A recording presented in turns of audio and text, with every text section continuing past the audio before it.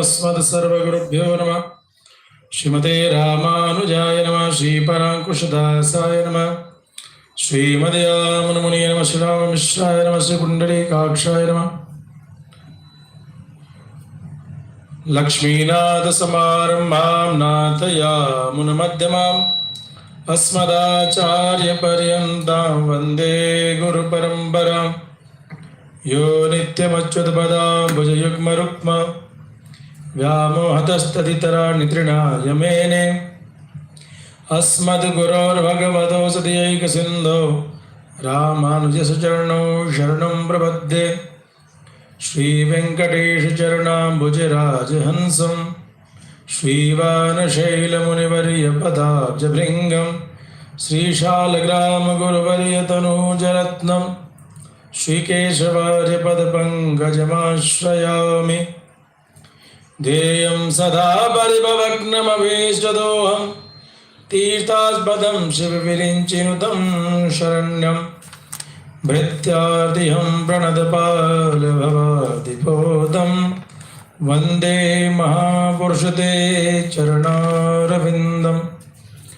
कृष्णाय वासुदेवाय हरये परमात्मने प्रणतक्लेशनाशाय गोविन्दाय नमो नमः।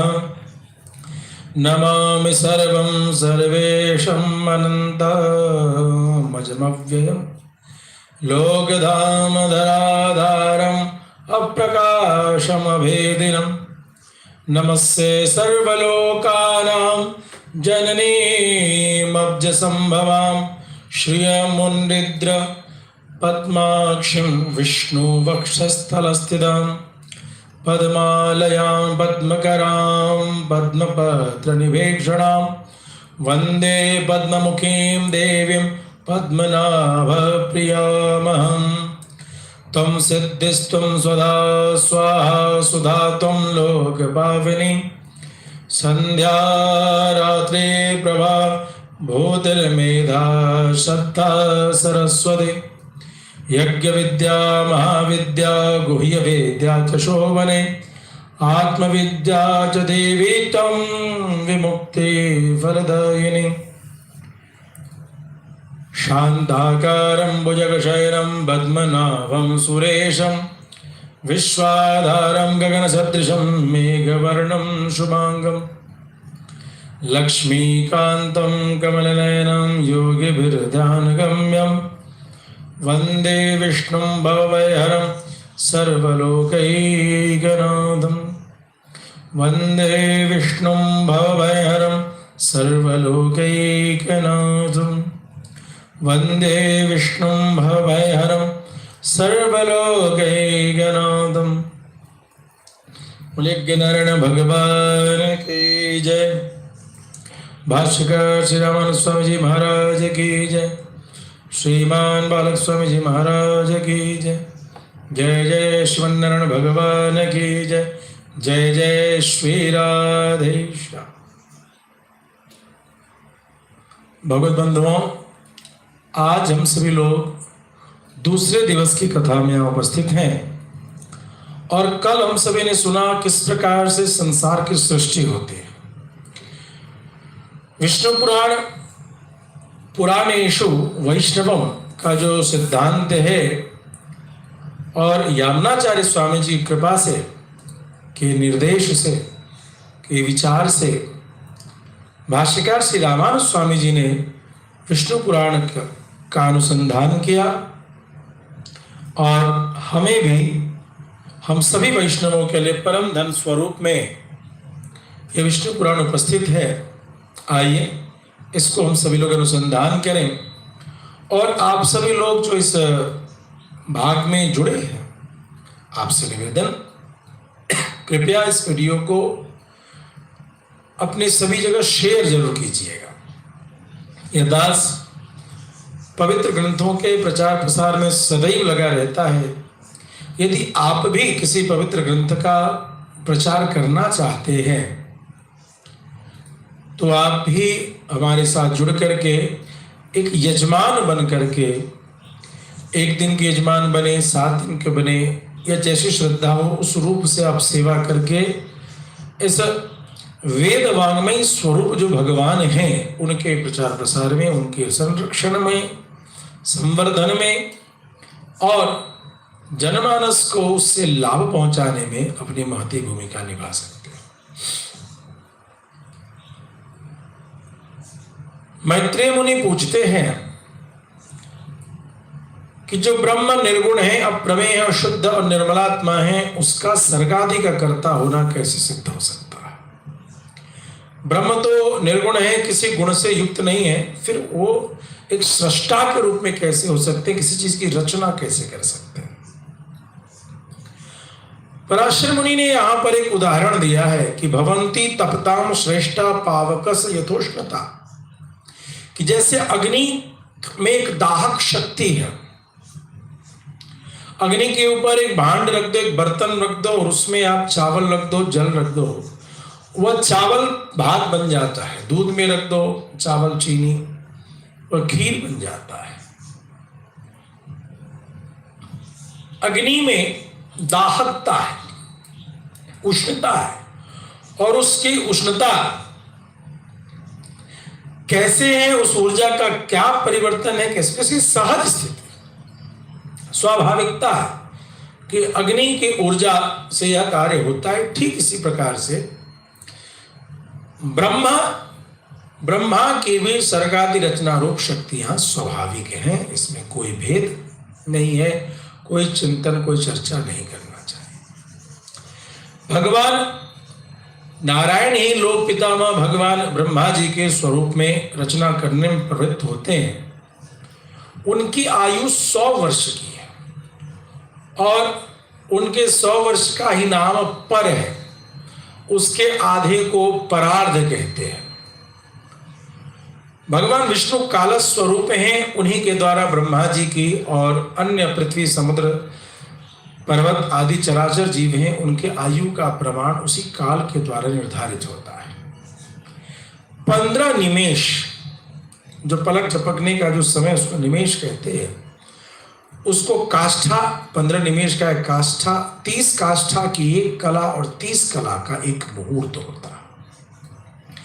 30 मुहूर्त का मनुष्य का एक दिन रात होता है और उतने ही दिन रात के 2 पक्ष युक्त एक मास होते हैं, यानी 15 दिन और रात का एक पक्ष और ऐसे 2 पक्ष का शुक्ल कृष्ण करके एक महीना होता है।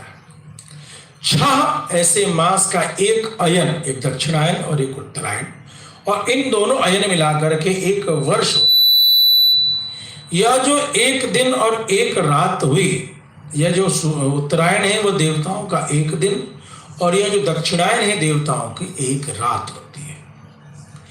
ऐसे दिन और रात से मिले हुए 12,000 जो वर्ष हैं, इन 12,000 वर्षों में 4 युग गुजरते हैं, सतयुग, त्रेता, द्वापर और कलयुग। ऐसा कहते हैं कि सतयुग को आदि प्रथम युग है तो उनके 4, त्रेता के 3, द्वापर के 2 और कलयुग के 1000 दिव्य वर्ष प्रमाण होते हैं। इनके बीच में जो संध्या होती है और पीछे जो सत्यांश होती है, जितने 1000 वर्ष के ये होते हैं उतने ही 100 वर्ष के संध्या और सत्यांश होते हैं। इस प्रकार से यदि 4 सतयुग के हैं तो 4000 दिव्य वर्ष, तो 400 संध्या और 400 संध्यांश, तो इस प्रकार से 800, 300 त्रेता के संध्या और संध्यांश, 3 600, और 200 द्वापर के संध्या और संध्यांश, और 100 कलयुग के संध्या और संध्यांश। इस प्रकार से 4 3 7 2 9 1 10, तो 10,000 वर्ष तो सतयुग, त्रेता, द्वापर और कली मिला करके, और 100 यानी 1000 वर्ष संध्या चारों के और संध्यांश 1000। इस प्रकार से 12,000 दिव्य वर्षों का एक चतुर्युगी होता है। ऐसे 1000 चतुर्युग के जो है वो ब्रह्मा जी का एक दिन होता है। और ब्रह्मा के एक दिन में 14 मनु होते हैं और उन मनु के अलग इंद्र हैं, मनु हैं, उनके सप्तर्षि हैं, ये अलग अलग प्रकार से होते हैं। तो एक दिन में 14 मनु। इस प्रकार से 71 चतुर्युगी से कुछ अधिक काल का एक मनवंतर गणना करने पर निकलता है। ध्यान देंगे, मनुष्य जो समय कालखंड है इसके अनुसार मनवंतर का परिमाण पूरे 30,67,20,000 वर्ष। यहां पर ब्रह्मा जी का दिन समाप्त होता है और उसके बाद नैमित्तिक नाम वाला ब्राह्म प्रलय होता है, यानी प्रलय की प्राप्ति होती है। तो जिस प्रलय में तीनों भूलोक, भुवरलोक, स्वर्लोक जलने लगते हैं और महरलोक में रहने वाले सिद्धगण जनलोक में चले जाते हैं। इस प्रकार त्रिलोकी के जलमय हो जाने पर जनलोकवासी योगियों के द्वारा जो ध्यान करने योग्य जो भगवान श्रीमन नारायण है, उनके कमल योनि में बैठे हुए जो ब्रह्मा जी हैं, वो नागशैया पर शयन करने लगते हैं, विश्राम करने लगते हैं। ऐसे ही फिर लगभग रात्रि भर वो विश्राम करते हैं जब ब्रह्म प्रलय का कालखंड होता है। अब यहां पर ध्यान ये देना है कि इस प्रकार से दिन और रात और ऐसे 100 वर्ष ब्रह्मा जी की आयु होती है। वर्तमान में पाद्म नाम का महाकल्प हुआ था। इस समय वर्तमान उनके ब्रह्मा जी के दूसरे परार्ध का यह वराह नामक कल्प चल रहा है। मैत्रेय जी ने पूछा कि कल्प के आदि में नारायण आख्या, ध्यान देंगे यहां बहुत ही सुंदर रूप से एक विशेष आध्यात्मिक रहस्य बताते हैं कि ब्रह्मा नारायणाख्योसौ कल्पादो भगवान यथा। ब्रह्मा जी को नारायण रूप से या नारायण रूप में, नारायण भगवान जो है ब्रह्मा के रूप में स्थापित है, या जिन ब्रह्मा को हम नारायण जानते हैं, अर्थात ब्रह्मा नारायण के ही स्वरूप में नारायण भगवान ही ब्रह्मा जी के रूप में उपस्थित है। कहते हैं कि जिस प्रकार उन्हें भूतों की रचना की उसकी चर्चा आप बताएं। यह स्थिति यह है कि ब्रह्मा जी जब प्रलय काल आया तो अग्नि से संतप्त होने के कारण जल से सभी जगह भर गया और धरती जो है सो जल में समाहित हो गई। ऐसी स्थिति में सभी जगह जल ही जल दिख रहा था। आपो नारा इति प्रोक्ता आपो वै नरसूनवः अयंतम अयनम तस्य ता पूर्वम तेन नारायण स्मृतः। नर अर्थात पुरुष से उत्पन्न होने के कारण जल को नार कहते हैं। नर भगवान श्रीमन नारायण पुराण पुरुष भगवान से ही प्रकट हुए, इसलिए उनको जल को नार कहा। और नार ही जिनका प्रथम अयन या प्रथम निवास स्थली है, इसलिए भगवान को नारायण कहा। कहते हैं कि संपूर्ण जगत जो है जलमय हो रहा था। ऐसी स्थिति में भगवान श्रीमन नारायण जो ब्रह्मा रूप में हैं, उन्होंने एक स्वरूप को स्वीकार किया जो स्वरूप था वराह रूप का। और वराह रूप में भगवान प्रकट होकर के पाताल लोक से धरती का उद्धार करने के लिए उपस्थित हुए और जल के भीतर प्रवेश करके भगवती धरती माता उनकी प्रार्थना करती है, उनसे निवेदन करती है, नमस्ते पुंडरीकाक्ष शंख चक्र गदाधर मामुद्धरास्मात् अद्य त्वं तत्तोहम पूर्वमुत्थिता। हे वराह भगवान, जिस प्रकार से आपने पूर्व में भी मेरा उद्धार किया था, ठीक इसी प्रकार से इस कल्प में भी मेरा उद्धार कीजिए। आपको बारंबार नमस्कार।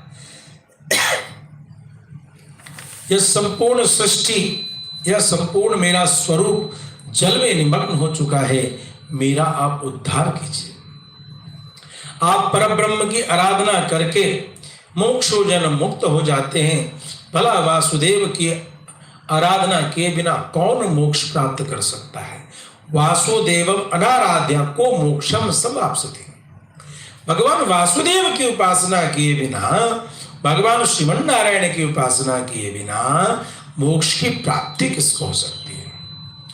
त्वन्मया हम त्वदाधारा त्वत्सृष्टा त्वत्समाश्रया माधवी मिति लोकोऽयम् अभिधत्ते ततो हि माम्। त्वन्मया हम, आप ही के द्वारा, आप ही का स्वरूप हूं मैं, आप ही के आश्रित हूं। त्वत्सृष्टा, आप ही ने मेरी रचना की है। त्वत्समाश्रया, और आप ही की समाश्रित हूं, आश्रय में हूं। इसीलिए मुझे लोग माधवी कहते हैं। मेरा एक नाम माधवी है। हे भगवान, आप मुझ पर कृपा करें, मेरा उद्धार करें। पराशर जी कहते हैं कि भगवती पृथ्वी के इस प्रकार स्तुति करने पर भगवान जो है प्रसन्न हो गए और उन्होंने अपनी दाढ़ों से धरती माता को गेंद के समान जल से बाहर निकाला। और जब वो निकाल रहे हैं तो उनके श्वास से जल का छींटा जगह जगह जा रहा है। मुख्य श्वास से उछले हुए जल ने जललोक में जाने वाले महातेजस्वी निष्पाप सनंदन आदि मुनीश्वरों को भिगो दिया। और इस प्रकार से वो बारंबार नीचे की ओर जा रहे हैं और धरती माता का अनुसंधान करते हुए उनको ऊपर उठाने के लिए प्रयासरत हैं। कहते हैं ऐसे दिव्य स्वरूप का दर्शन, वराह भगवान का दर्शन करते हुए सनंदन आदि के ऊपर जब जल का छींटा पड़ा, सनकादि के ऊपर जब जल का छींटा पड़ा जनलोक में, तो बड़े प्रसन्न हुए और प्रसन्न होकर के भगवान के इस वैभव का, इस लीला का दर्शन करने लगे। उनकी प्रार्थना करने लगे। जयेश्वराणाम परमेश केशवा प्रभो गदा शंख धरासि चक्रधृक् प्रसूति नाश स्थिति हेतु ईश्वरस्त्वमेव नान्यत् परमं च यत्पदम्। हे ब्रह्मादीश्वरों के भी परम ईश्वर, हे केशव, हे शंख गदाधर, हे खड्ग चक्रधारी प्रभु, आपकी जय हो, जय हो, जय हो। आप ही संसार की उत्पत्ति स्थिति और नाश के कारण है। आप ही ईश्वर है, आप ही परम पद है और आपके अतिरिक्त और कोई नहीं है। भगवान के संपूर्ण शरीर को जो है सनक सनंदन आदि ने यज्ञ स्वरूप में भगवान का वर्णन किया है। जिस प्रकार से यज्ञ की वेदी है, यज्ञ की वेदी के सदृश भगवान के विराट स्वरूप का वर्णन किया। और इस प्रकार स्तुति करके भगवान से प्रार्थना करके कहते हैं, हे प्रभु, अब पृथ्वी का उद्धार कीजिए और हम सबको शांति प्रदान कीजिए। आपके द्वारा यह सर्ग की प्रवृत्ति संसार का उपकार करने वाला। हे कमलनयन भगवान, आपको बारंबार प्रणाम है। पराशर मुनि कहते हैं कि भगवान वराह जी ने शीघ्र ही उठा करके धरती को जल के ऊपर रख दिया।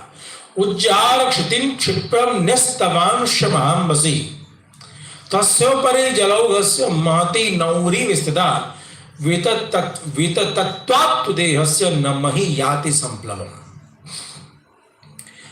पूरी धरती विशाल समुद्र में डूबी हुई थी, एकारणम में डूबी हुई थी और भगवान वराह ने धरती माता को ऊपर उठा करके उसी समुद्र के ऊपर तैरने की स्थिति में बना दिया। बोले कि नारायण भगवान की जय। देखिए एक चीज यहां अद्भुत है, तस्योपरि जलौघस्य महती नौरी विस्थिता।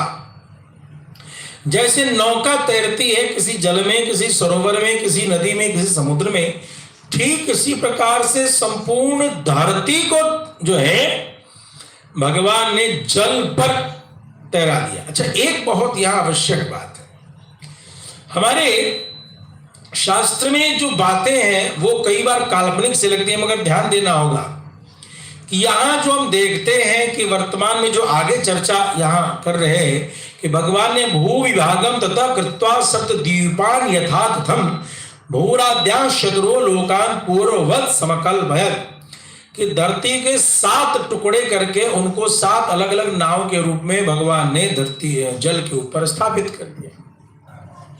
अब यहां देखना होगा कि हमारे मनीषियों को पता है कि समुद्र के ऊपर धरती तैर रही है और धरती के गर्भ में भी भूगर्भ जल उपस्थित है। धरती के नीचे जल है। अच्छा, धरती के नीचे जल ही मात्र नहीं है, जल के ऊपर ये धरती टिकी हुई है। अच्छा, ये बात विष्णु पुराण में उद्घाटित होती है।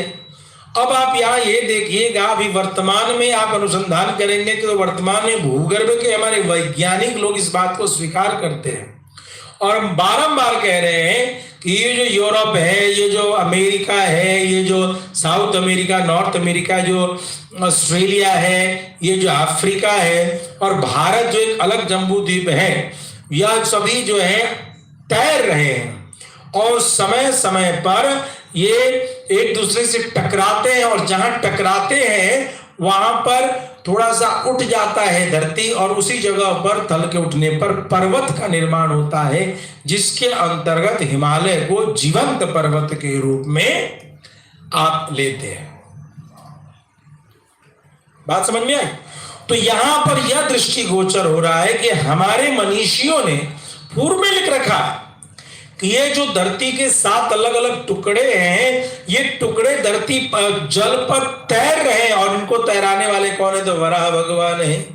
और यह आज के भूगर्भ वैज्ञानिकों ने मान लिया। तो इस प्रसंग में 2 चीज दिखती है, एक तो भूगर्भ का ज्ञान होना, दूसरा 7 टुकड़ों का ज्ञान होना और तीसरा एक और विषय दिखता है कि ये धरती के ऊपर तैरते हुए से हैं, मतलब कालांतर में लाखों वर्ष की अवस्था में ये धरती के 7 टुकड़े अलग अलग दिशा में घूमते रहते हैं।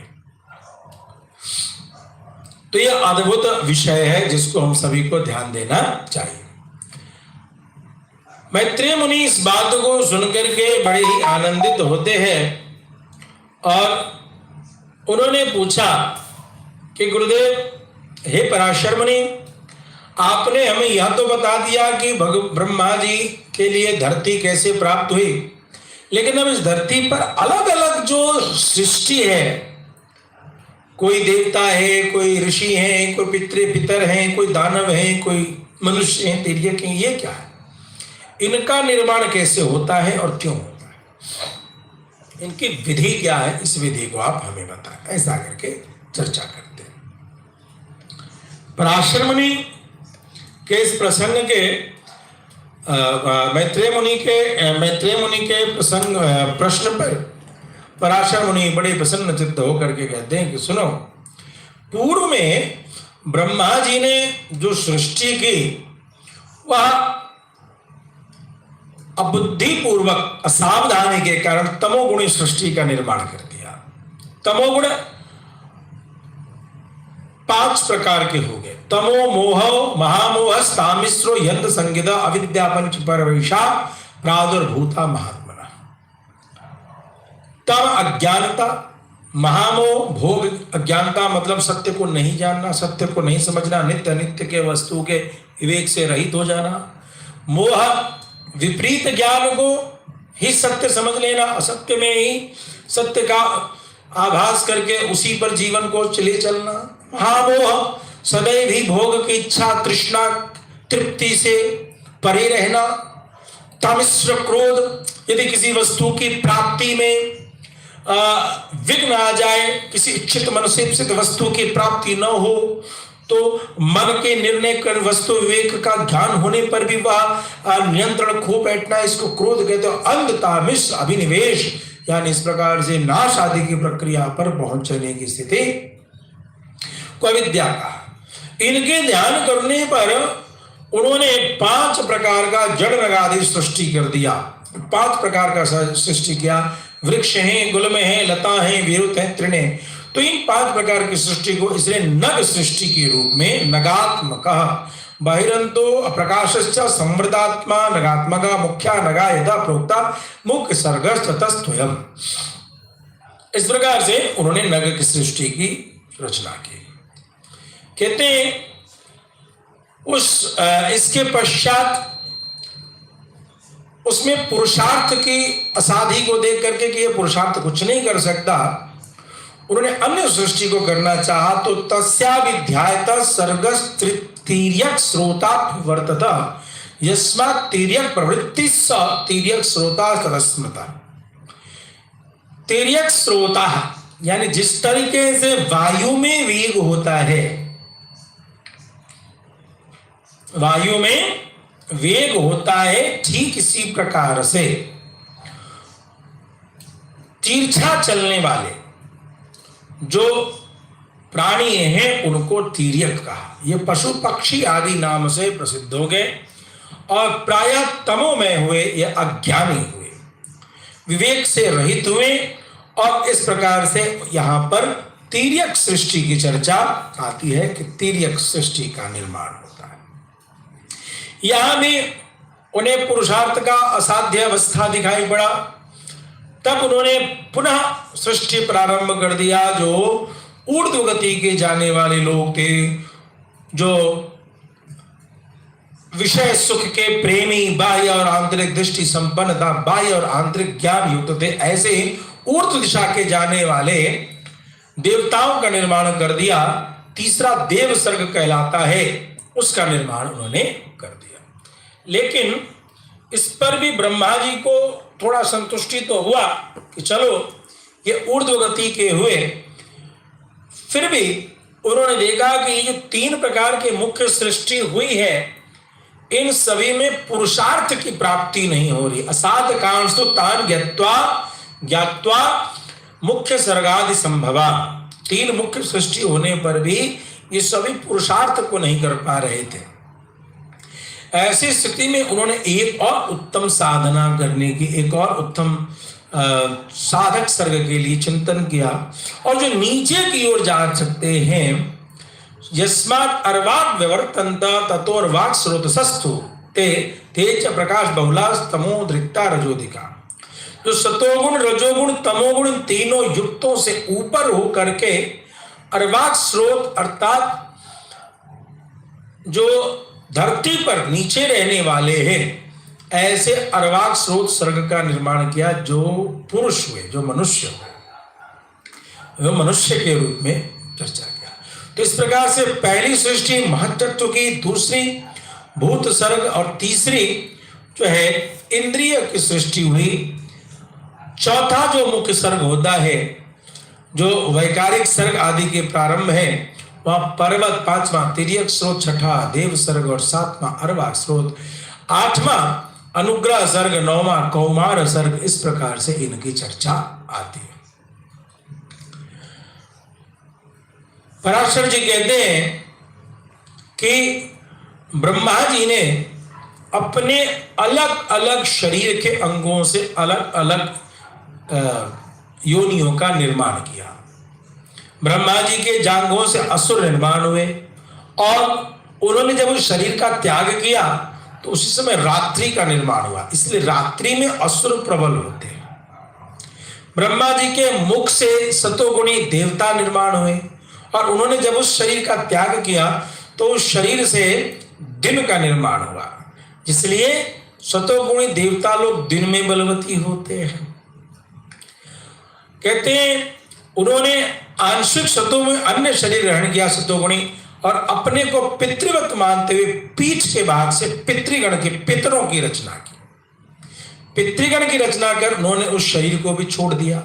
यह त्यागा हुआ शरीर जो है सांध्यकालीन बेला जो है उस समय की संध्या होती है, और रज प्रधान उन्होंने अपने अन्य शरीर को धारण किया। रज प्रधान मनुष्य की उत्पत्ति हुई। उस शरीर का निर्माण करके पूर्व संध्या अर्थात प्रातः काल जो है, जब उस मनुष्य का निर्माण किया, जिस शरीर का निर्माण किया, तो उसमें प्रातः काल की रचना हुई। तो आप यहां ये देखेंगे कि ज्योत्स्नाग में तो बलिनो मनुष्या पितरस तथा मैत्रेय संध्या समय तस्मा देते भवंती भाई। मनुष्य जो है वो प्रातः काल बलवान होता है, प्रातः काल की संध्या के समय, इसीलिए उसके इस विशेष गुण के लिए ही कहते हैं कि तुम्हें ब्रह्म मुहूर्त में जगना चाहिए, क्योंकि ब्रह्मा जी ने जब मनुष्य की रचना की और उसके बाद जिस शरीर का त्याग किया, वो प्रातः कालीन संध्या का निर्माण करता है, और सांध्य का जो शाम का जो सायंकाल है, उस समय पितरों की रचना करने के बाद जो शरीर छूटा वो सांध्यकालीन होती है। इसीलिए तो ध्यान देना होगा, ब्रह्मा जी के छूटे हुए शरीर से प्रातःकालीन संध्या में मनुष्य बलवान, दिन में देवता बलवान, सायंकाल को पितर बलवान और रात्रि काल में असुर बलवान होते हैं। इसीलिए ऋषिगण मुनिगण या जो हमारी सनातन वैदिक धर्म परंपरा है वो कहती है कि ब्रह्म मुहूर्त में मनुष्य को जरूर जगना चाहिए। इस प्रकार उनके शरीर से राक्षस, यक्ष, सर्प, अहि, गंधर्व, पशु पक्षी, 2 खुर वाले, 4 खुर वाले, कई चीजों का निर्माण होता है।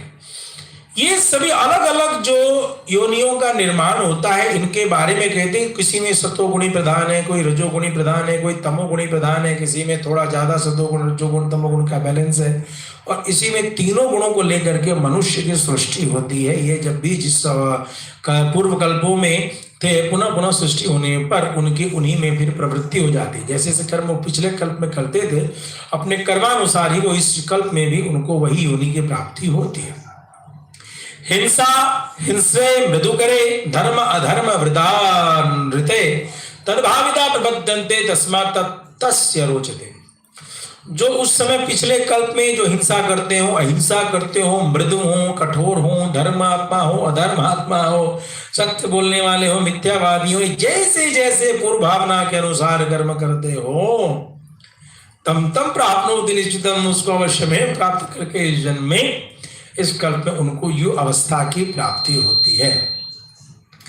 कहते हैं कि यहाँ स्पष्ट रूप से देखा जा रहा है कि यहाँ पूर्व कल्प के आधार पर ही इस कल्प में सृष्टि प्रारंभ होती है।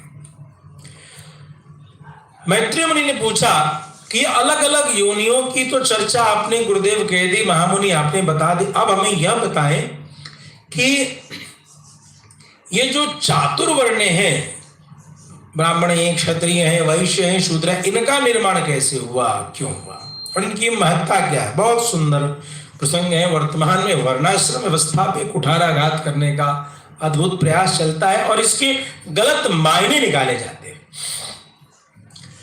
ब्रह्मा जी ने, पराशर मुनि कहते हैं कि ब्रह्मा जी के भगवान यज्ञानुष्ठान के लिए ब्रह्मा जी 4 वर्ण की रचना करते हैं। और वो 4 वर्ण की रचना कैसे करते हैं, तो ब्राह्मण, क्षत्रिय, वैश्य, शूद्राश्च द्विजसप्तम, पादोर्वक्षस्थलतो मुखतश्च समुद्गताः। ब्राह्मण मुख से, क्षत्रिय वक्ष से, ऊरु वैश्य से और पाद शूद्र से। पाद से शूद्र का निर्माण होता है। इस प्रकार से ये इनकी रचना हुई। देखिए बहुत सुंदर भाव है।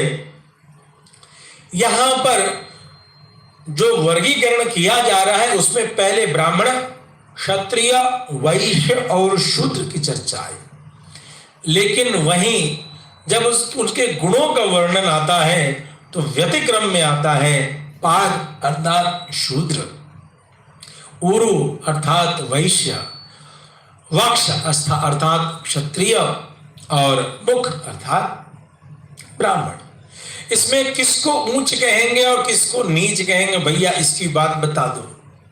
बड़े सुंदर भाव से विष्णु पुराण में यहाँ स्पष्टीकरण हुआ है।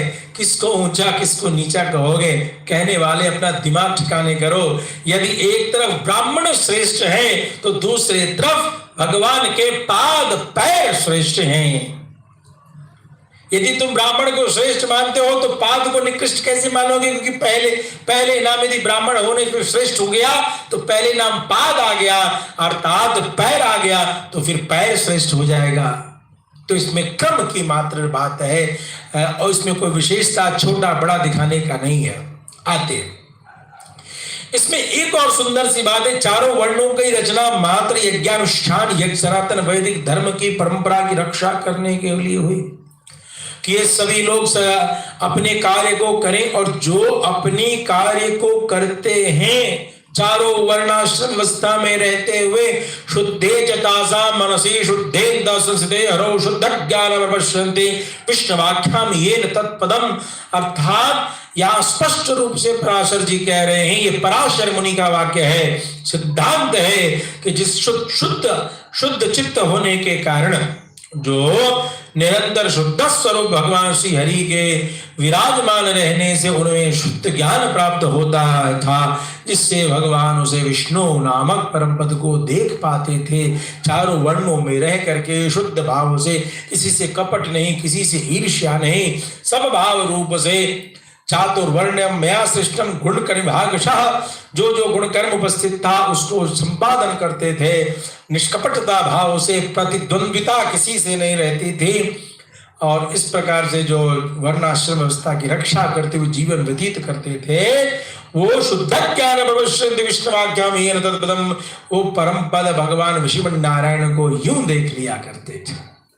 उन्हें कोई विशेष कृत्य करने की आवश्यकता नहीं करती।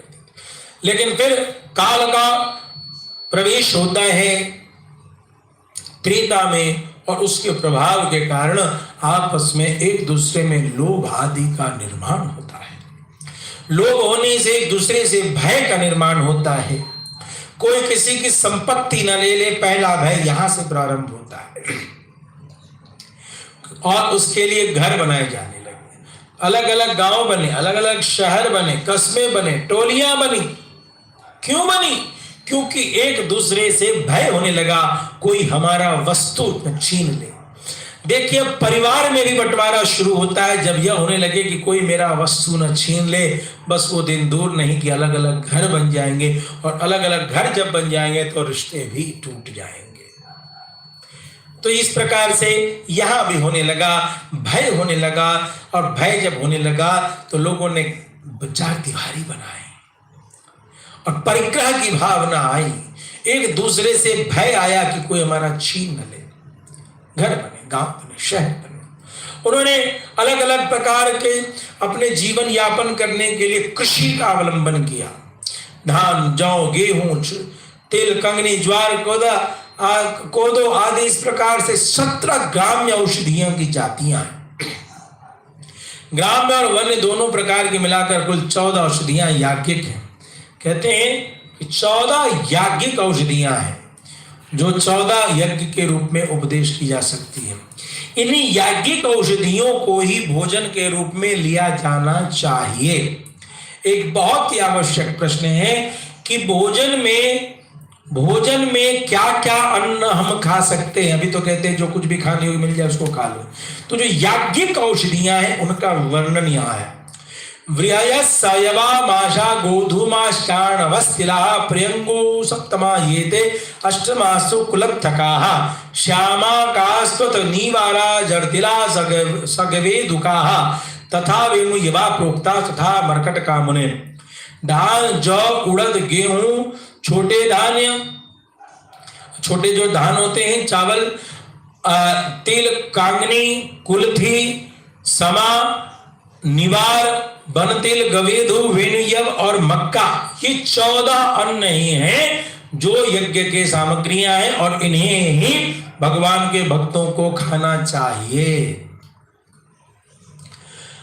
यज्ञों के सहित ये औषधियां ही प्रजा वृद्धि का कारण बनती हैं, शक्ति देती हैं।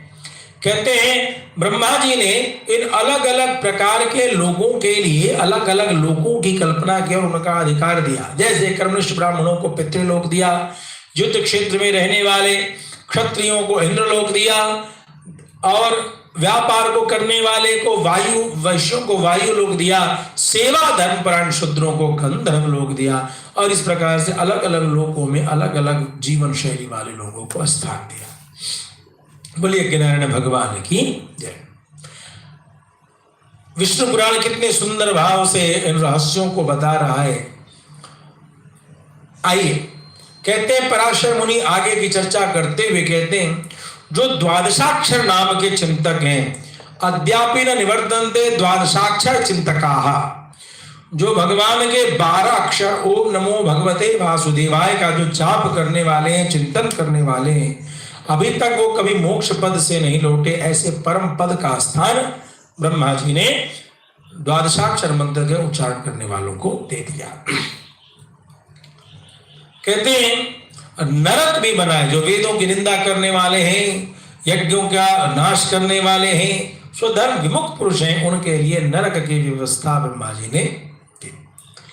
पराशर मुनि कहते हैं कि प्रजापति का वह प्रजा पुत्र पौत्र आदि क्रम से नहीं बढ़ रहा था, तो उन्होंने भृगु पुलस्त्य पुला क्रतु अंगिरा मरीचि दक्ष अत्रि और वशिष्ठ इस प्रकार से नव संतान की रचना की। जो मानसिक पुत्र वे, इन्हें नव ब्रह्मा कहते हैं।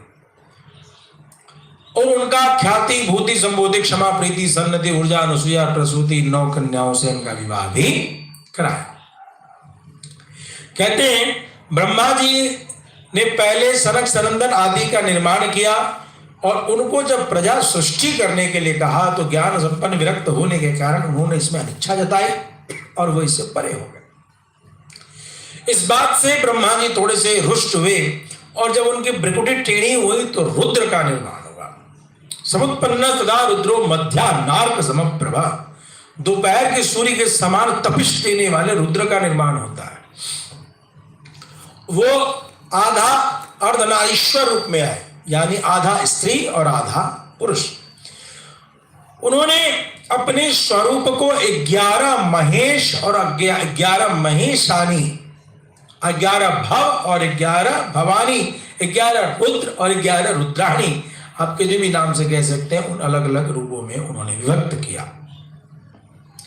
ब्रह्मा जी की ने मनु की का निर्माण किया और मनु ने अपने साथ ही उत्पन्न शतरूपा जी से उन्होंने विवाह किया। उनके 2 पुत्र हुए, प्रियव्रत और उत्तानपा, और उनकी 2 पत्नियां हुई, प्रसूति और आकुति। उनमें से प्रसूति को दक्ष के साथ और आकुति को रुचि प्रजापति के साथ विवाह करा।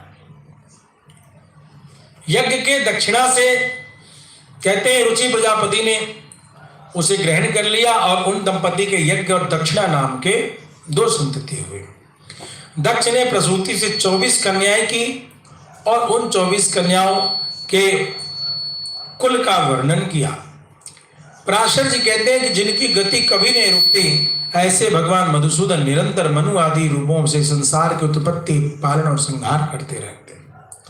4 प्रकार का प्रलय बताया गया है। प्रलय शब्द जिसमें नाश होता है, ये 4 प्रकार के नित्य नैमित्तिक प्राकृतिक तथैवात्यंतिको द्विजा नित्य सर्वभूतानां प्रलयो यम चतुर्विधा। नैमित्तिक, प्राकृतिक, आत्यंतिक और नित्य, ये 4 प्रकार के प्रलय बताए गए। नैमित्तिक प्रलय ब्रह्म प्रलय है, जो ब्रह्मा जी जब शयन करते हैं तो जो निद्रा के समय जो प्रलय होता है, उस ब्रह्म प्रलय को ही नैमित्तिक प्रलय कहते हैं।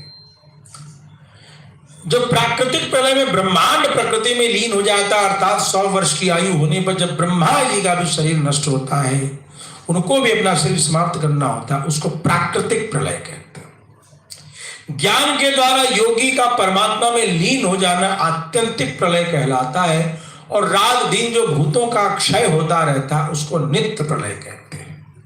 इस प्रकार से 4 प्रलय का वर्णन बताया गया। प्रकृति से महत्त्वादि क्रम से जो सृष्टि होती है वह प्राकृतिक सृष्टि कहलाती है। महत्त्व का निर्माण होना, तन मात्राओं का निर्माण होना, पंचभूतों का निर्माण होना, इंद्रियों का निर्माण, इंद्रियों के अधिष्ठात्री देवताओं का निर्माण होना, ये जो क्रम चलता है, इस क्रम को प्राकृतिक सृष्टि कहते हैं। अवांतर प्रलय के अंत, ब्रह्म प्रलय के बाद जो ब्रह्मा जी के द्वारा चराचर जगत की सृष्टि होती है, वह दैनंदिन सृष्टि कही जाती है। ब्रह्मा जी के दिन और रात की सृष्टि है। ब्रह्मा जी का रात तो प्रलय और दिन तो सृष्टि, तो दैनंदिन सृष्टि। और हे मुनिश्रेष्ठ, जिसमें प्रतिदिन प्राणियों की उत्पत्ति होती रहती है, उसे पुराणों के लोग, पौराणिक लोग नित्य सृष्टि कहते हैं। ये जो दिन रात प्रतिपल लोग जन्म ले रहे हैं, मरम रहे हैं प्रतिदिन, इसको नित्य सृष्टि कहा जाता है। तो सृष्टि भी 3 प्रकार की कहते हैं। पराशर जी ने कहा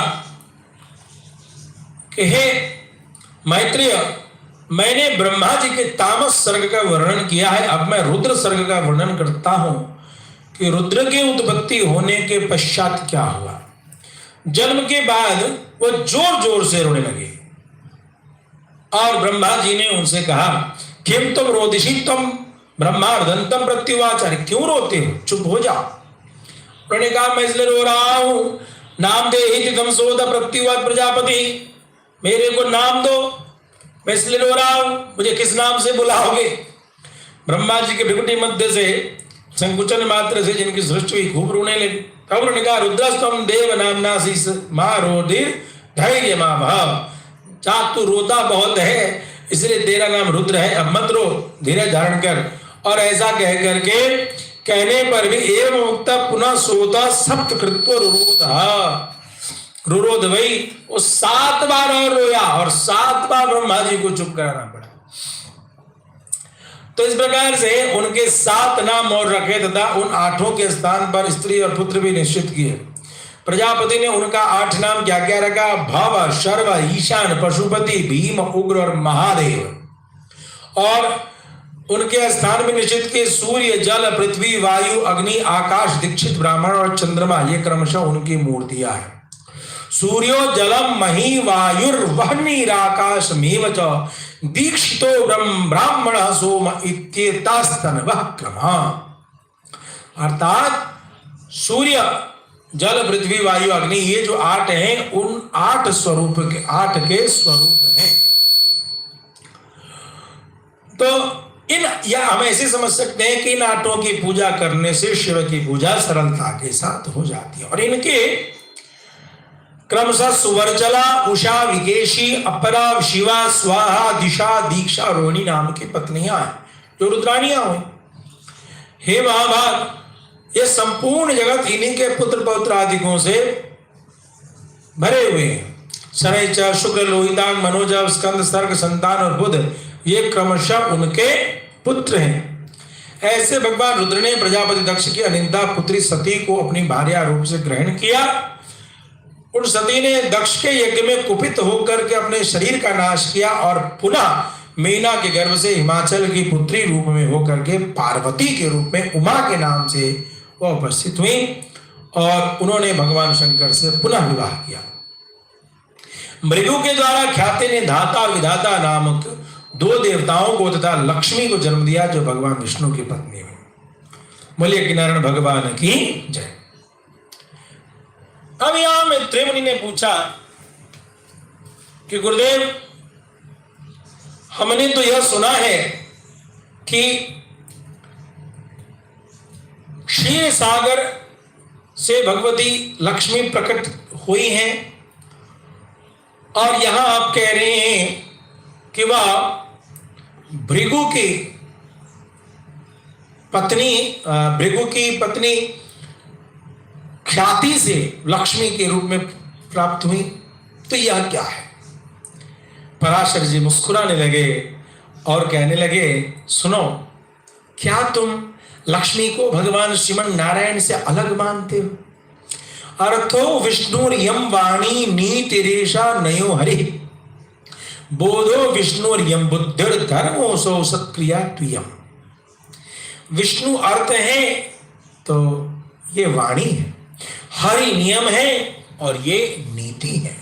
भगवान विष्णु बोध है तो ये बुद्धि है, ये धर्म है तो सत्क्रिया है। गिरा अरत जल बीच सम कहियत भिन्न न भिन्न, बंदौ सीता राम पद जिनहि परम प्रिया किन्न। अर्थात भगवान नारायण से भगवती लक्ष्मी कभी परे नहीं है। संक्षेप में देव तिरिंग मनुष्यादो पुन्नामना भगवान हरि, जितने भी पुरुष कारक तत्व हैं उनमें तुम्हें हरि भगवान विष्णु को देखना चाहिए। और स्त्री नामने श्रेष्ठ विज्ञेया नानयोर वितते परम, और स्त्री तत्व जितने भी हैं उनमें तुम्हें लक्ष्मी को देखना चाहिए, लक्ष्मी रूप में ही उन्हें स्वीकार करना चाहिए। ऐसा करके उपदेश पराशर मुनि दे रहे हैं। बोलिए किनारायण भगवान की। अब जो तुमने यह पूछा है कि क्षीर सागर से कैसे भगवती लक्ष्मी प्रकट हुई है, वह प्रसंग मैं तुम्हें सुनाता हूं। सुनो, मैंने यह प्रसंग श्री संबंध मया पेत श्रुत मासीन मरीचिता, मैंने यह प्रसंग मरीचि मुनि से, ब्रह्मा जी के पुत्र मरीचि मुनि के मुख से प्रसंग सुना है कि एक बार की बात है, दुर्वासा जी जो भगवान रुद्र के अवतार थे, वो भ्रमण करते हुए धरती मर्त्यलोक पर चल रहे थे। वहां उन्होंने एक विद्याधरी को देखा और उस विद्याधरी सुंदरी के हाथ में संतानक पुष्पों की एक दिव्य माला देखी। उसकी गंध से सुगंधित होकर के वह वनवासियों के लिए और सेवनीय हो रहा था। उस माला को देख करके दुर्वासा मुनि के मन में ऐसा आया कि इस माला को इससे याचना कर ले। तो दुर्वासा मुनि ने उनसे याचना किया कि हे विद्याधरी, हे सुंदरी, तुम मुझे यह माला दे दो। वो प्रणाम करके बड़े सम्मान से संतानक पुष्पों की वह दिव्य माला दुर्वासा मुनि को प्रदान करता। दुर्वासा मुनि ने उन्हें अपने मस्तक पर डाल लिया और पृथ्वी पर विचरण करने लगे। जटा जूट था, उस जटा को उन्होंने संतानक पुष्पों की दिव्य माला से सुशोभित कर लिया। चलते चलते जा रहे हैं तो उन्हें देवताओं के साथ आते हुए देवराज इंद्र का दर्शन हो गया कि ऐरावत मुनि पर चढ़े हुए आ रहे। बड़े प्रसन्न हुए और प्रसन्नता के साथ उन्होंने इंद्र को कहा, हे इंद्र, मैं तुम्हें कुछ वस्तु देना चाहता हूं। क्या? यह माला अत्यंत दिव्य है, इसे तुम स्वीकार करो। उन्हें वह माला दे दिया और देवराज इंद्र ने उस अत्यंत विशिष्ट माला को जो दुर्वासा मुनि ने दिया था, उसको एक उपेक्षा की दृष्टि से ऐरावत के मस्तक पर डाल दिया। ऐरावत उसकी सुगंध से आकर्षित होकर आते हैं और ऐरावत ने क्या किया कि उस माला को लिया और पृथ्वी पर फेंक दिया। यह देखते ही दुर्वासा मुनि तो अत्यंत गुप्त हो गए और उन्हें रोष में आकर के कहा, अरे मूर्ख, तूने तो न प्रणाम करके यह कहा कि बड़ी कृपा किया है। देखिए, यहां एक नीति आती है कि जब भी कभी कोई बड़े हमसे श्रेष्ठ हमें कुछ प्रदान करें तो हमें उन्हें प्रणाम करके इसके लिए कृतज्ञता अर्पित जरूर करना चाहिए। वह वस्तु छोटी से छोटी हो, हमारे अनुपयोगी हो, मगर श्रेष्ठ के द्वारा दिए जाने के कारण प्रसाद तुल्य होता है। उसका सम्मान यथासंभव यथाशक्ति करना चाहिए। लेकिन यहां ऐसा नहीं हुआ, तो बड़े क्रुद्ध हुए और ने कहा, तूने मेरी दी माला का सम्मान नहीं किया और अहंकार में आकर के जो तूने इसे उठा करके फेंक दिया है, तो जा, मैं तुझे श्राप देता हूं कि तू श्रीहीन हो जाए, तेरे यहां श्री न रहे। या ऐसा करके तस्मात् प्रणष्ट लक्ष्मीकम त्रैलोक्यम ते भविष्यति, तेरा त्रिलोकी लक्ष्मी से नष्ट हो जाएगा। अर्थात स्वर्ग, पाताल और मर्त्यलोक कहीं भी तुझे लक्ष्मी नहीं दिखाई देगी।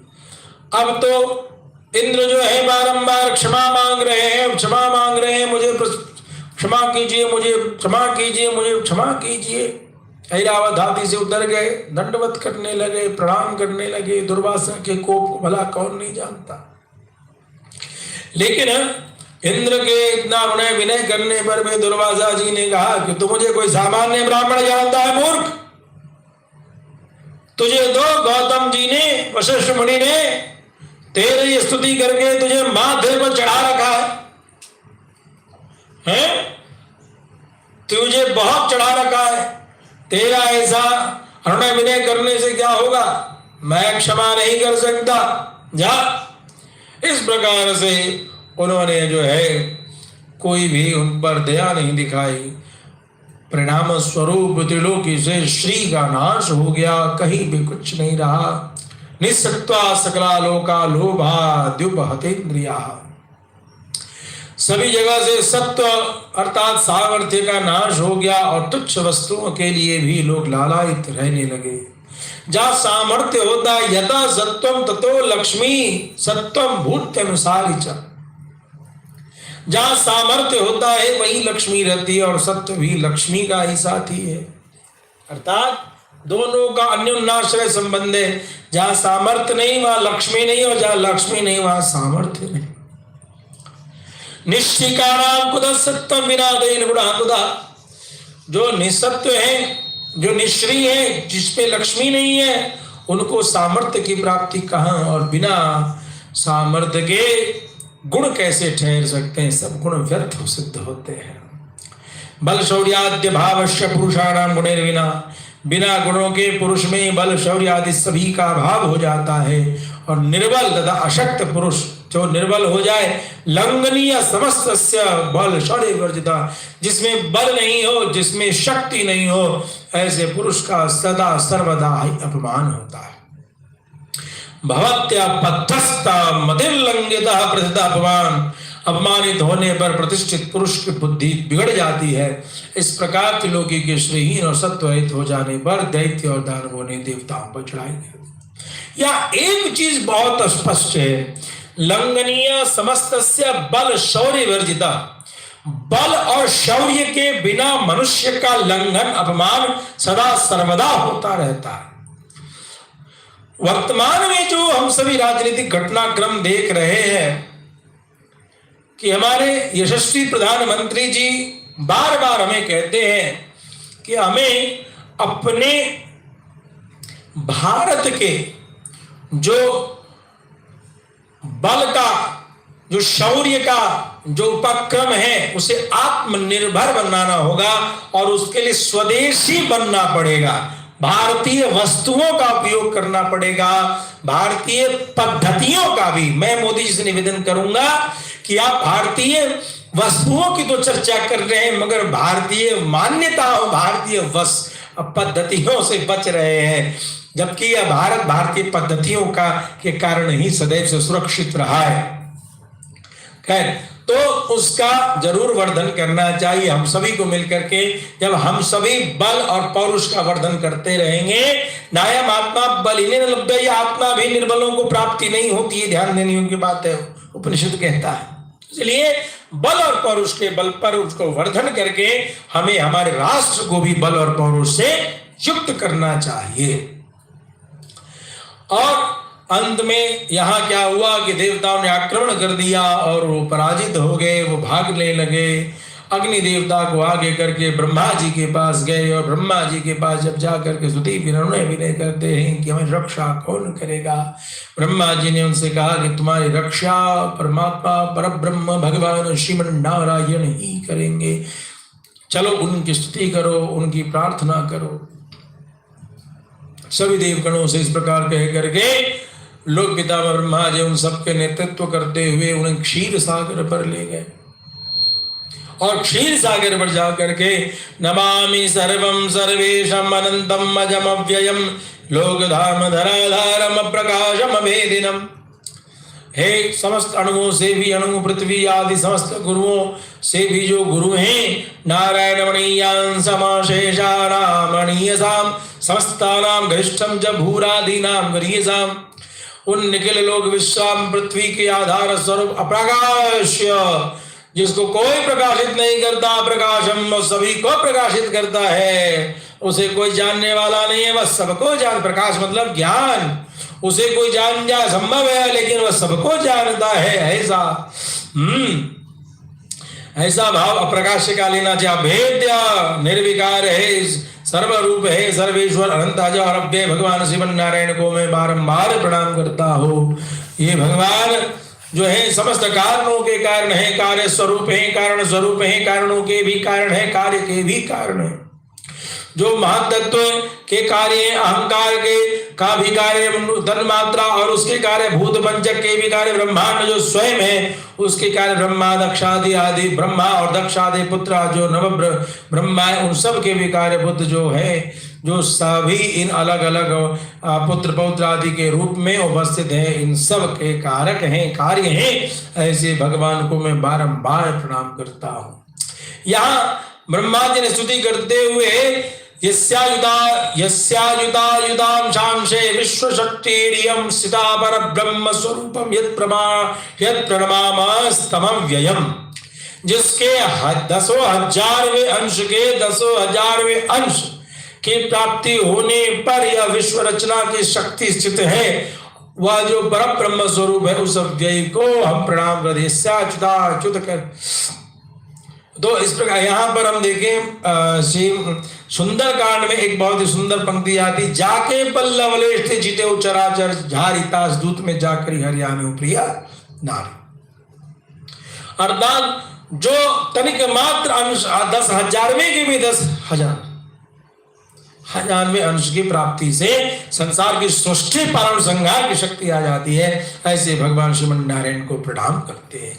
ऐसे भूत अलौकिक ब्रह्म ही ब्रह्मा विष्णु और शिव रूप शक्तियों के रूप में अभिव्यक्त करके स्वयं को संसार की रचना पालन और संहार करते हैं, ऐसे परम पद भगवान श्रीमन नारायण को प्रणाम है। सर्वेश सर्वभूतात्मन सर्वम सर्वाश्रयाच्युता प्रसीद विष्णु भक्तानां व्रजनो दृष्टि गोचरा। हे प्रभु प्रसन्न होइए और हमें दर्शन दीजिए। प्रभु प्रसन्न होकर हमें दर्शन दीजिए। देवता लोग स्तुति करते हैं और बारंबार स्तुति करके भगवान से प्रार्थना करते हैं। ये सभी लोग शरणागति हैं। पराशर जी कहते हैं कि ब्रह्मा जी की स्तुति करने के पश्चात देवताओं ने भी उनकी स्तुति की है।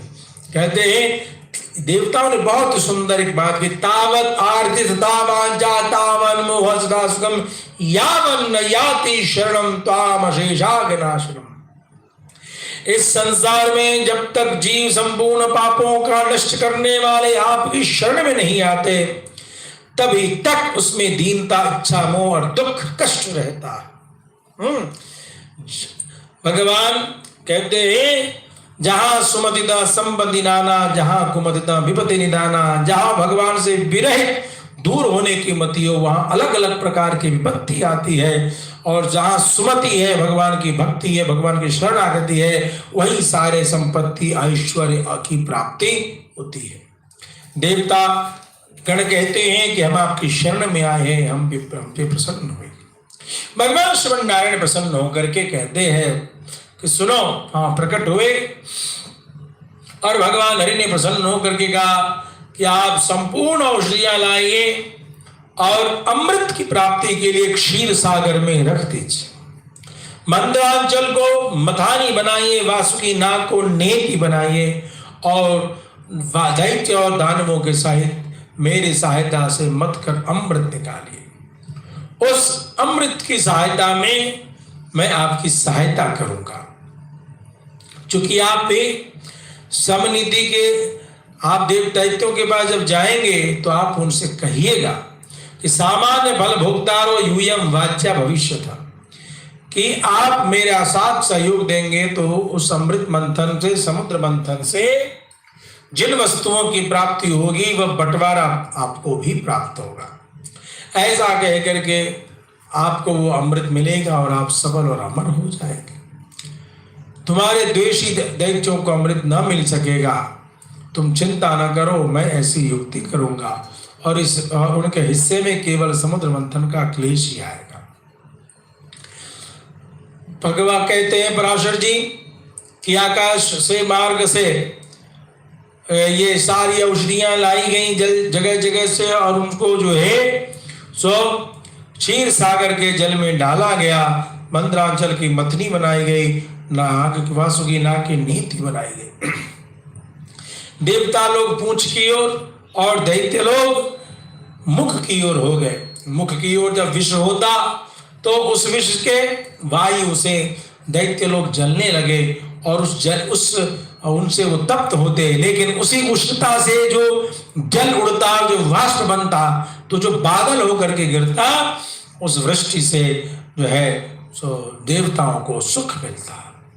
भगवान स्वयं कूर्म रूप धारण करके आधार बनते हैं और मंदरांचल को धारण करते हैं कि मंदरांचल नीचे से घिसने न लगे और एक रूप में देवताओं के भीतर भगवान और एक रूप से दैत्य मिलकर नागराज को भगवान खींचने लगे। भगवान श्रीमन नारायण ने हजारों भुजाओं से पर्वत को दबा रखा था और अपने तेज से नागराज वासुकी में भी भगवान बल का संचार कर रहे थे, उसकी रक्षा कर रहे थे, अन्य तेज से देवताओं का बल बढ़ा रहे थे। तो इस प्रकार से यदि देखा जाए तो समुद्र मंथन में मंदरांचल भी भगवान, देवताओं में शक्ति भी भगवान की, दैत्यों में शक्ति भी भगवान की, वासुकी नाग में शक्ति भी भगवान की, कूर्म रूप में भगवान ही शक्ति के रूप में उपस्थित हैं और इस प्रकार से भगवान ही कई रूपों में प्रकटित होकर के इस समुद्र मंथन की लीला को कर रहे हैं। इस मंथन के स्वरूप में देवताओं के लिए सुरपूजिता भगवती कामधेनु प्रकट होती हैं, जिनके दूध से हविष्य यज्ञ पदार्थ की प्राप्ति होगी। और उसी समय दानव गणों ने देखा कि यहाँ पर सिद्धों के समक्ष मद से घूमती हुए नेत्रों वाली वारुणी देवी प्रकट हुई और उस वारुणी देवी को देख करके देवता लोग, दानव बड़े आनंदित हो गए, देवता बड़े आनंदित हुए। फिर वहां कल्प वृक्ष, सुर सुंदरियों को आनंद देने वाला कल्प वृक्ष की प्राप्ति होती है। अत्यंत ही सुंदर रूप और उदारता आदि गुणों से युक्त अद्भुत अप्सराएं प्रकट होती हैं। फिर चंद्रमा प्रकट हुआ, जिसे महादेव ने अपने मस्तक पर धारण कर लिया। शीर्ष आगे से उत्पन्न हुए विष को नागों ने ग्रहण किया। फिर श्वेत वस्त्रधारी साक्षात भगवान धन्वंतरि जी अमृत से भरा हुआ कमंडलू लेकर के उपस्थित हुए। उस कमंडलू में अमृत दाव से देख करके प्रसन्न हुए। धनतेरस धन त्रयोदशी के दिन, लेकिन अभी ये समुद्र मंथन की क्रिया चल रही है, मूलतः लक्ष्मी की प्राप्ति। तो भगवती लक्ष्मी जो है दिवाली के दिन प्रकट होती हैं और हाथों में कमल पुष्प धारण किए हुए प्रकट होती हैं। गंगा आदि पवित्र नदियां उनकी सेवा अभिषेक के लिए उपस्थित हैं। दिग्गज अपने सूंड से जल की बरसात करके उनका अभिषेक कर रहे हैं। दिव्यमाला वस्त्र आदि धारण करके भगवती विष्णु वहां उपस्थित होती हैं और सभी के देखते देखते भगवती लक्ष्मी भगवान विष्णु के वक्ष स्थल में विराजमान हो गई। अब जब भगवती लक्ष्मी देवताओं के मध्य में दैत्यों के बीच से होती हुई दानवों ने देखा भगवती लक्ष्मी भगवान विष्णु के हृदय में उपस्थित प्राप्त हो गई हैं, उनको भगवान विष्णु को प्राप्त कर लिया है। तत्पश्चात ये बड़े व्याकुल हुए और उन्होंने धन्वंतरि के हाथ में जो कलश था, दिव्य कलश अमृत का, उसको प्राप्ति करने के लिए उद्योग करना प्रारंभ किया। मोहिनी रूप में भगवान वहां प्रकटित होकर के उन्होंने उस कमंडल को, उस पात्र को रख लिया और जा करके देवताओं को दे दिया। इधर देवताओं ने अमृत का पान कर लिया और दैत्यों के साथ देवताओं का महासंग्राम प्रारंभ हो जाता है। कहते हैं इधर भगवती लक्ष्मी को दिव्य सिंहासन पर देख करके इंद्र ने बहुत ही सुंदर स्तुति की है। नमस्ते सर्वलोकानां जननी वब्ज संभवाम श्रियमुन्निद्र पद्माक्षिं विष्णु वक्षस्थल स्थिताम। संपूर्ण लोगों की जननी, विकसित कमल के समान बड़ी नेत्रों वाले भगवान विष्णु के वक्षस्थल में विराजमान रहने वाली, कमल से उत्पन्न, कमल के साथ उत्पन्न भगवती लक्ष्मी देवी को मैं बारंबार नमस्कार करता हूँ। पद्मालया पद्मकरा पद्मपत्र निवेक्षणा वंदे पद्मुखीं देवी पद्मनाभा प्रियामहम्।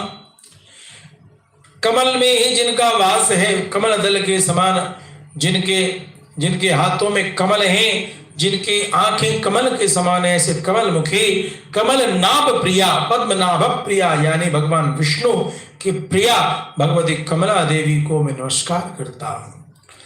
बहुत ही सुंदर स्तुति है ये जो इंद्रकृत लक्ष्मी स्तुति है। इस स्तुति से प्रसन्न होकर के यह 17 मंत्रों की यह स्तुति है, जिससे प्रसन्न होकर के भगवती लक्ष्मी उन्हें वरदान देने को उपस्थित होती है। कहती हैं, हे इंद्र, मैं तुमसे प्रसन्न हूं, बोलो तुम कोई वरदान मांगो। इंद्र कहते हैं वरदा यदि मेरे भी वरारो यदि वाभ्यहम त्रैलोक्यम न त्वया त्याज्यम एष मेस्तु वरः परः स्तोत्रेण यस्तदैतेन त्वामस्तु शक्त्यप्ति संभवे स त्वया न परित्याज्यो द्वितीयोस्तु वरो मम। मैं आपसे ही वरदान चाहता हूं कि आप कभी भी त्रिलोकी का त्याग न करें। देखिए देवेंद्र क्या संपूर्ण त्रिलोकी के लिए श्री ऐश्वर्य का याचना भगवती लक्ष्मी से करते हैं।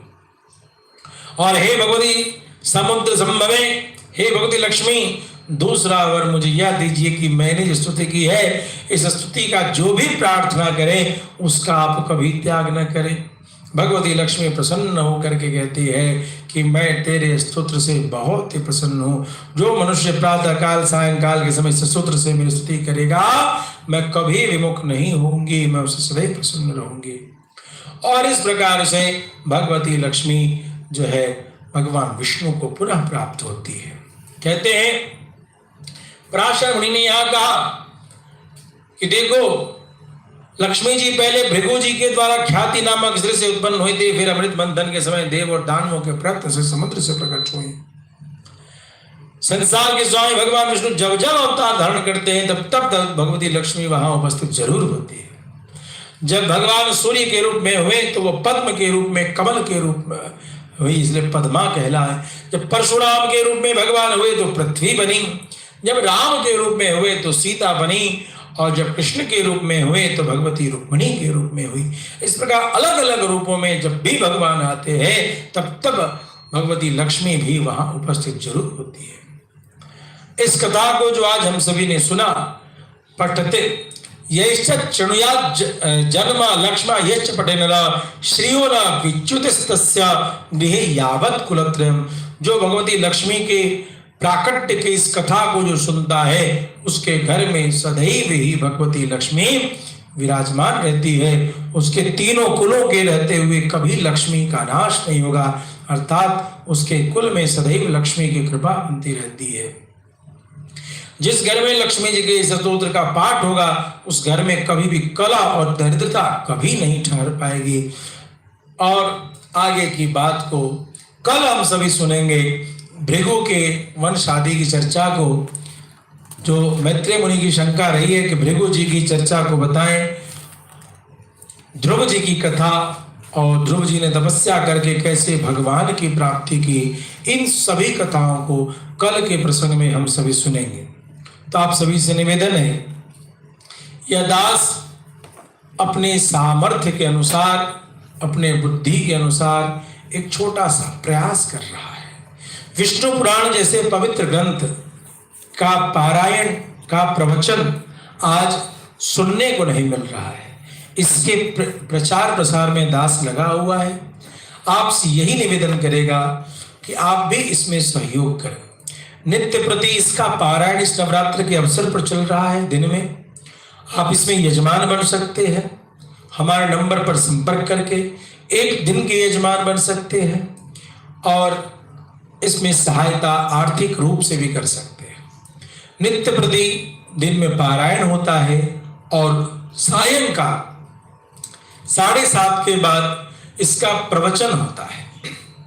इस प्रवचन में आप भाग लेकर के और इस वीडियो को जगह जगह शेयर करके, विष्णु पुराण बहुत ही पवित्र ग्रंथ है। जो कल का प्रमाण हमने आपको बताया वो प्रमाण बड़ा ही अलौकिक था कि वेदेषु पौरुषम सूक्तम, वेदों में जिस प्रकार का स्थान पुरुष सूक्त का है, धर्मशास्त्रेषु मानवम, धर्मशास्त्र में जिस प्रकार से मनुस्मृति का स्थान है, भारते तो भगवत गीता, भारते में महाभारत में जिस प्रकार से श्रीमद् भगवत गीता का स्थान है, उसी प्रकार से पौराणेषु तो वैष्णवम, पुराणों में विष्णु पुराण का स्थान है। तो इस विष्णु पुराण के प्रचार प्रसार में सहयोगी बने। हमारे चैनल को यदि आपने सब्सक्राइब न किया हो तो जरूर सब्सक्राइब कीजिएगा और इस वीडियो को अपने सभी इष्ट मित्रों को शेयर करने की महती कृपा कीजिएगा। वृंदावन से दास विष्णु पुराण के प्रचार में आप सभी के सहयोग की अपेक्षा करता है। कल पुनः पारायण दिन में करके सायंकालीन 7:30 आप सभी के बीच में उपस्थित होगा। तब तक के लिए जय श्रीमन नारायण। धन्यवाद।